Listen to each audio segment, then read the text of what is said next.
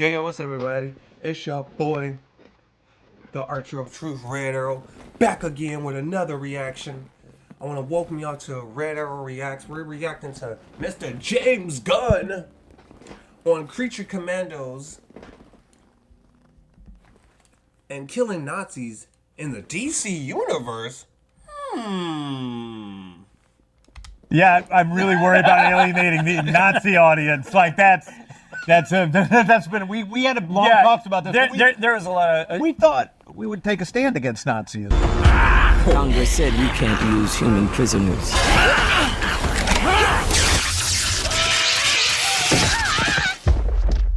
These assholes aren't human. Welcome to IGN's roundtable discussion with the creators of Creature Commandos, the first entry in the new DC universe. I know, I can't wait James, for Dean, this. thanks so much for taking the time to talk. You're welcome. So my first question for you is, what made you decide to go animated with the debut of the new DCU? You know, I don't remember.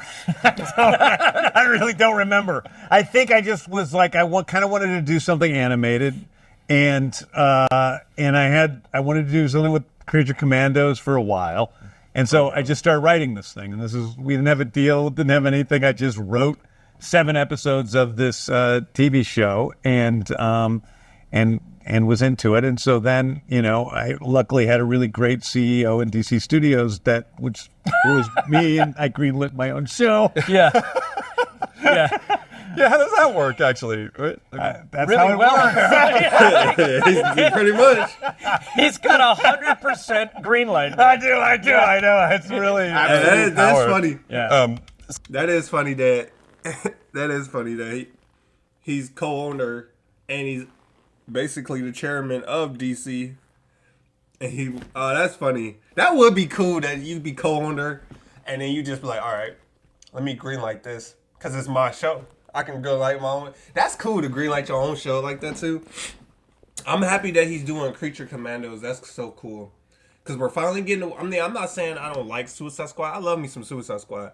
But it's cool for them. I love when they try to go other animation styles and they go other animation DC shows. Like, I don't mind Suicide Squad. Like, Suicide Squad, Isekai. Ooh, just y'all wait. I'm about to be posting a lot of TikTok and probably Instagram and probably some YouTube shorts of the crazy scenes they had in DC's Isekai. Suicide Squad Isekai. Cause like the Harley Quinn fights, it is so, bro. If you haven't watched that and it's on Max, watch it. It is definitely incredible. I gotta finish watching the Batman. What is it? Batman the animated series? No, it's not Batman Beyond. Batman. Damn, what is it called? It's the one that's on Prime. I gotta watch it. That show is good too. I'm like, bro, this is what DC needs to do. They need to distribute their licenses to other companies so they can make video games, TV shows, and movies. Cause like, look at them. Isekai. We had so far this year. We had Isekai, Suicide Squad, and we had the Batman, and then we had Penguin, and then we had Naomi. And we had a lot of DC shows. Cause it's crazy to think about it now. Like the end of 2024, we don't have. We're closing it out with a DC show, which is good. Because if we didn't, we would have had the 2 shows we had running. We had 4 shows that was running DC shows. We had Suicide Squad Isekai, but that just wrapped up. Then we had, I'm hoping they got to be making a season 2 because of the cliffhanger. They got to be. If they don't, it's going to be so shitty. The Batman that's on Prime right now, that one just ended. So then the Penguin series that just ended. Man, if y'all didn't watch the Penguin season, you definitely need to check it out. The ending was so shitty though, but you got to understand what the Penguin was going through. And then our last CW TV show we're getting, RIP, is Superman and Lois, and we only got. Try not to cry, bro. I'm not gonna cry, bro. I'm crying a little bit, bro. I'm crying a little bit because, bro, I cried for Naomi because we only got one season of her. I cried for Black Lightning when that ended. The DC Legends of Tomorrow, I cried for that one. The Flash, I didn't really care for. Supergirl, I didn't really care for. So I didn't really care for them ones. Arrow, Green Arrow, or Arrow, I cried for that one. Superman Lois, I cried for that one. I'm going to cry at the end of that one too. Because we only got, I just watched the latest episode of it. And now we got Superman and Lois. We only have 2 more episodes. But at least the good part about it is that for us DC fans, we thinking like, what we going to have to watch going into 2025? Because in 2025, we got a lot of banger DC stuff coming out. We got Superman movie coming out. We have, I think, Batman Brave and the Bold. I got to do a reaction to the James Gunn when he broke down all the TV shows again. Oh, we got Peacemaker that's coming in 2025. I kind of wish Peacemaker would have came out this year, or the next season would have came out this year, but I'm okay with it waiting. So what we're going to have is, I think it's going to be, the slate is, I'm going to do a reaction to it, redo a reaction to it again. We got DC's Creature Commander, which comes out December 5th. That'll push us to next year, to January. Because it's only 7 episodes. Yeah, 7 episodes, he said. So that'll push us to next year, to January. And then I believe we got something coming out in January. I gotta rewatch it, but let's get back to this. How did you decide on the roster for this particular incarnation of the Commandos? I really don't remember. I mean, part of it was from the actual Creature Commandos comics, and I kind of went through and I just kind of picked out, who everybody was. And I wanted to have a skeleton guy in there. And so, like, my favorite of all the skeleton guys, and there are many skeleton guys. There are. No, it is. Is Dr. Phosphorus. And I thought he would be the most fun. And so he ended up in there. Shish kebab. Weasel. Well, Weasel, I mean, the whole thing is a project to, like, really bring Weasel to the masses. Right. Oh, man, and you really do it, too. He does. That's spoilers. It's surprising, but he's really, like, he's great. He's got layers people don't know. It's kind of like, who's the last character you would have expected to be ported over from the Suicide Squad? Yeah. He's a weasel. He's harmless. I mean, he's not harmless. He's killed 27 children, but, we got him to, I think he's agreed to do this. So, Dean, how did you guys decide on the particular animation style? Because obviously there's been sort of, I don't want to say house style, but there's been a certain approach to DC projects. We wanted to set it apart from, like I do Harley Quinn and Kiteman, and that's its own style. But we wanted to give it a more sort of European flair and a little darker in tone, and it has I think a little more reality to it, a little more groundedness. And we developed the style really for that. And Warner Brothers Animation, they did a lot of work. A guy named Rick Morales was in charge of that stuff, and we basically devised the style to do that. Yeah, it's great. I really love it. So what's canon and what's not these days in the DCU? Because obviously, like, we have Weasel, we have aspects of the Suicide Squad, and Peacemaker as well. Yeah. Like, what? Yeah, and I think they said, let me get a water. I think they said, well, I know from watching James Gunn's DC slate thing when he was talking about it, he was saying, let me get a water. I know James Gunn was saying with his DC slate thing that he wants to do like how Marvel's doing, where, well, I don't know, is Marvel really doing that? No, I'm trying to think about it. Is Marvel really doing that though? Is they using? No, I don't think Marvel's doing that though. Or are they? No, I think they are doing it though, but they're not doing it as much. I don't think, because I know for. No, I think Marvel is doing it because I know for the What If. Well, see, the What If storyline, the TV show, the What If, they brought back some of the characters from the live action, but a lot of them they didn't bring back characters. I don't think. Let me know in the comments below. I think they did.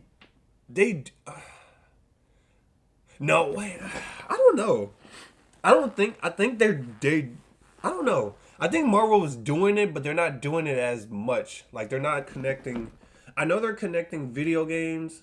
Well, so, no, they're not. They're not connecting all of their stuff together. Because I know the What If and the live action, they're connecting them together. But because their stuff is scrambled together too, like DC's. But James Gunn was saying that basically, he was saying basically in the video, I have to do a reaction to it. I might do it tonight. That he was saying that he wants to connect TV, video games, movies, and comic books. I don't know if he said comic books. I think he did say comic books. The DC TV shows, video games, and all that together as one, which I like that because it makes more sense if you do that instead of just going around getting different actors and stuff to do different voices and all that. It just don't make sense. But I know he was saying that. I think he was saying that like he is doing that, connecting all of it together. But I think if he doesn't connect it, he was saying that it's called Elseworld, where you got like the Joker, the Robert Pattinson Batman, all of that. Teen Titans Go, their stuff is like Elseworld stuff.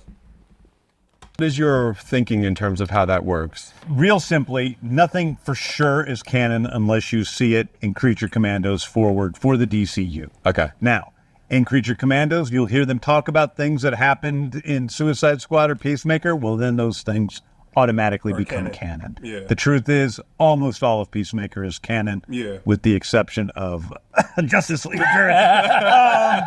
You're late, you dickheads.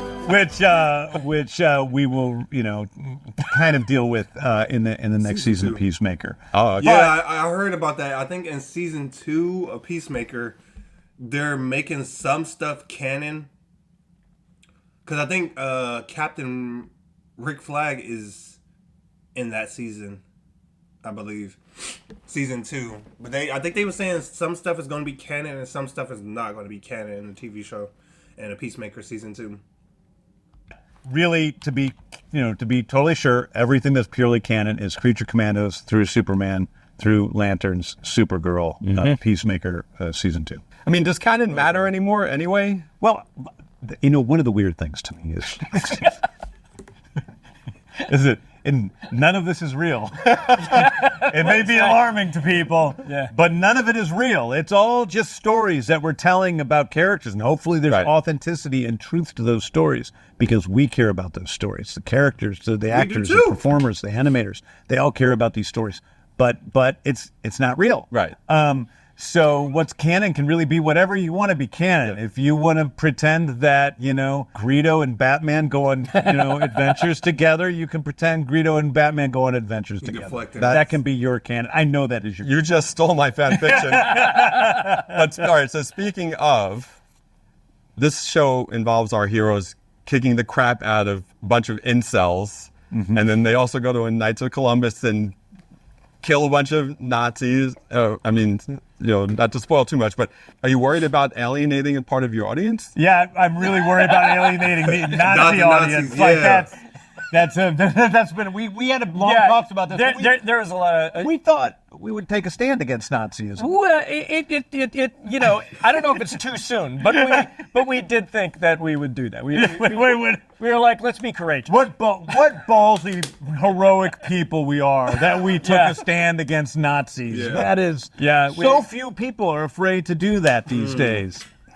It's been so long since G.I. Robot has sent Nazis back to hell. How much leeway did you guys feel that you had in adapting the characters? Like I don't know the Creature Commandos comics really, but like Frankenstein, it feels a lot like the Frankenstein from the book. He's a lot like Frankenstein from the book. Yeah. So what was your guiding principle in that regard? Because obviously he's a literary character, but then some of these are comic book characters. Well, I mean, Frankenstein's in the comics, and this Frankenstein is sort of a combination of actually Mary Shelley's Frankenstein and Frankenstein from the DC comics and our Frankenstein. Yeah. and David Harbour's performance. And David Harbour, who's like incredible in the role. He's just one of our favorites. I will start with what can be true for this story.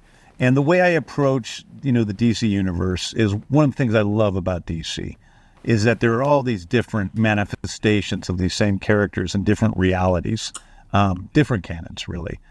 from the mainstream universe's Batman to Frank Miller's Batman to the Long Halloween's Batman to Absolute Batman. They're all different manifestations of this same character that we get to see from different angles and different ways, and then all the different movie Batman. And so this is really just taking characters in the DCU and seeing all of these characters we love from different, angles. And some of them, are very, very, very true to what we have experienced in comic books, and some of them we changed a little bit. Right, yeah. I think Frankenstein he's a really surprising character in some ways because I guess the version of him in Mary Shelley's book is he's a bit of a sociopath, right? And this one does seem really to track with that, and yet he's one of our hero characters, I guess. So, is he? I don't know. I haven't seen the whole series yet. He's a monster and he does monstrous things. Yeah. So but I guess he's a hero in the same way that the Godfather's a hero in The Godfather. Yeah, I mean, he's the protagonist. Yeah. I mean, he's not a great. Yeah, exactly. Yes, he's not a great guy. He's not Frankenstein, and he is a stalker piece of shit. Like that's he is a stalker. Yeah, he's kind of irredeemable. What was the thinking in terms of launching in the universe, like already lived in? Like it's clear, like all the superheroes are already out there. Like it's not an origin story kind of thing. What was your thinking for that? For that with the DCU, I think it's really about. I didn't want to have to create a universe where every single story is an origin story. I didn't want to read. Everybody knows where, kids in small villages and very, third world countries know that Superman is a guy from an alien from another planet who was sent here on a rocket ship and was raised and raised by farmers. That is something that people know. Everybody knows Batman's parents were killed outside of a theater, and there was a string of pearls that fell on the ground. They mainly know that fact. But so I think it was about not retelling, but it's about creating a world, a universe, in a way like the Game of Thrones universe, or the Star Wars universe, where there's these fantastical elements. It's a magical realist world where superheroes exist and have existed for a while. Right. Some are metahumans, some are costume vigilantes. And so we don't need to see the single story of every single person and where they came from. It's about being in that situation now. And it's something that I don't think we've seen before, really. Yeah. This rat cult spreads through Gotham like a plague.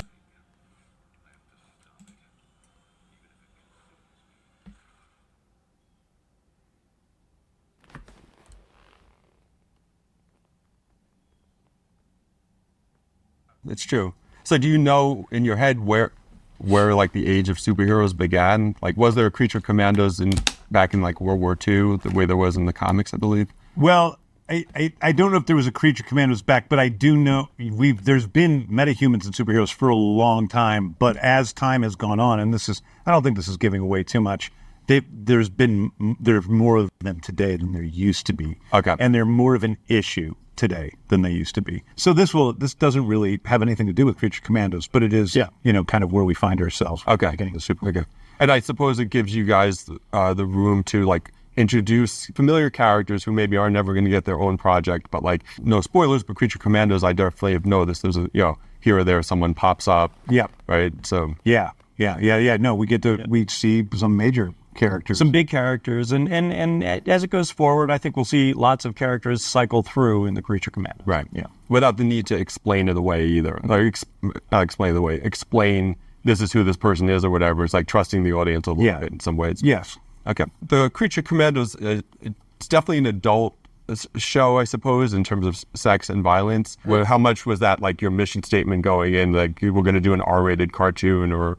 obviously... It wasn't... I don't think we went into it really thinking about it as an R-rated cartoon or anything like that. It really was just a story that we wanted to tell as sort of honestly as we could, and that involved a little bit of, violence and a little bit of sex, but, we weren't shooting for any particular level on that. Yeah, and because it is animated, it doesn't seem quite... Yes. It doesn't seem as sexual or as gory as you would if it was in live action. It doesn't, at least to me, it doesn't. But I didn't set out, I just kind of wrote the story that I liked. Yeah. And then these guys adapted it in a way, but I didn't even think it was necessarily, what one would call adult animation, which is what it's called now. Yeah. when I wrote it. It's just kind of how it ended up being. Right. We were just on the production side, just trying to be sort of faithful to the scripts that James wrote, and to try not to be too excessive and keep it in the world of the story, so it didn't take you out. And what was that process like in terms of like, so for you wrote the 7 episodes, and then like you kind of take it and run with it. Was there a moment where it's like, oh, like this Nazi's like pushing his guts back in his stomach for you, like, oh, maybe that's too much, or like, did you think I'm going to say too much? James Gunn ain't about to say something. Yeah, I mean, James obviously saw every frame of the thing, and he had very specific notes throughout, but I don't ever recall there being a question of like too much violence or never too much. much. Yeah. Give me more guts. Yeah. Maybe more Nazi guts. No, I never said more. I never said more or less. It was just like, it just seemed like it was always what was appropriate. It really wasn't about just being shocking ever. And that honestly was, as we were working on it, we were trying to never be exploitive or anything like that. It was just, we were just trying to service the story. So how important was it to find, when you were casting the voice actors, how important was it to find actors who could also do live action versions? Because obviously we know Frank is going to be Superman. Mm-hmm. Is that like a consideration across the board? Yeah, it was always a consideration. I mean, we always wanted to have somebody that could potentially play the character in live action, and I think that, of all, listen, there are some side characters, a couple big ones that are very minimal in the show, who are not going to probably be their voice actors, right, who will probably not play that role. I know that's the case. Okay. But for the main Creature Commandos, for the main characters, the idea was always to have those characters played by those actors. Yeah. I mean, from the start, that was always a consideration. Okay. Yeah. Again, it's sort of an interesting way of going about it. It's not usually how it's done. Yeah. Right? Yeah. And I mean, with some characters, it was a little more important. With Frank, it was really important because I knew that Frank was in Superman. Right. Rick Flag's in Superman. He's in major role in Peacemaker season 2. So that was a character that was going to be connected throughout. So I needed somebody to do all three. So how did you wind up in the opening credits?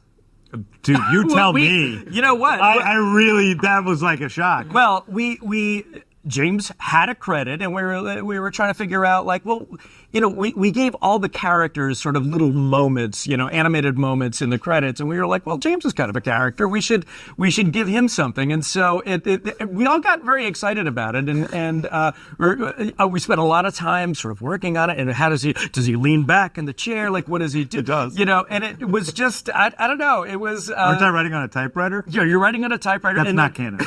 And then but then when you're done writing, you lean back in the chair and you got a whole and I don't know if you actually do that, but it seemed like it's exactly like me. Exactly like like Slim, and he looks good. You look fantastic. He looks pretty good. It's very good. Yeah, I was surprised, and my ego was stroked, and then I was also like, oh my God, please don't let people think that I told them to animate. You did not. I can tell you for the record, he didn't, and we were thrilled to present it, and nervously we presented it a little bit. Well, I mean, it is the guy who greenlights his own projects. I know, right? yeah. So, you got to do what you got to do. I could have nixed it. I didn't.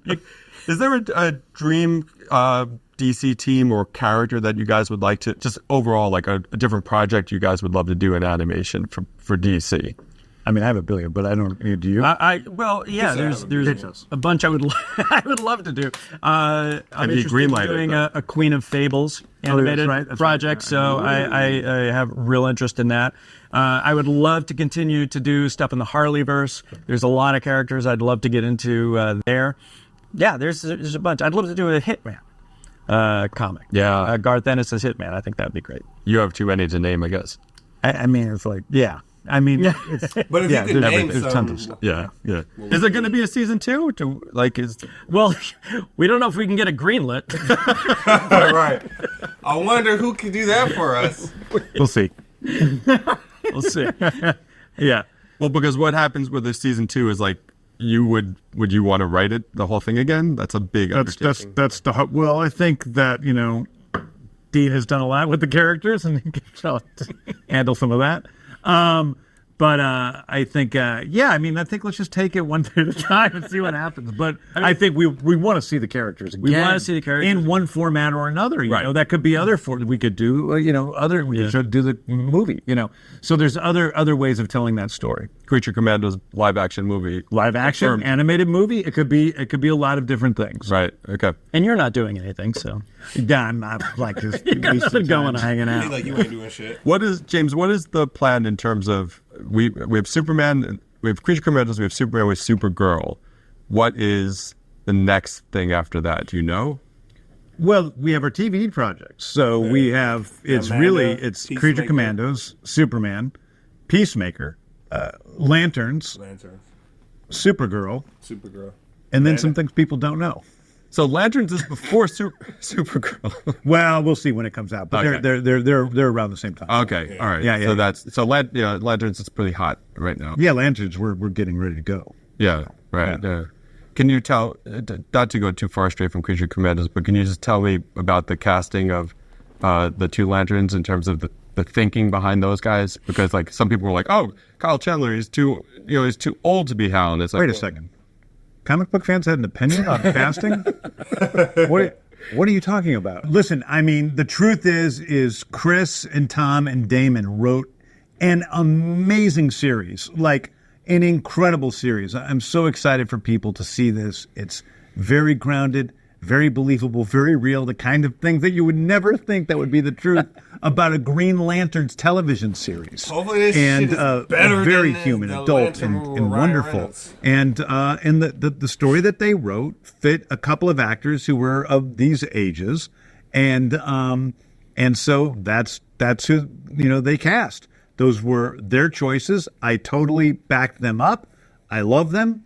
Aaron Pierre is somebody who I've liked for a long time. The truth is, he was almost Adam Warlock.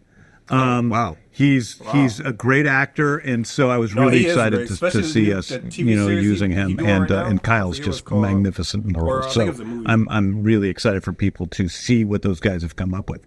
But everything is to serve the story. The story is always first. Mm-hmm. The scripts are always 1st, and we would never be making this show if Chris and the guys hadn't turned in wonderful, beautiful scripts. Sure.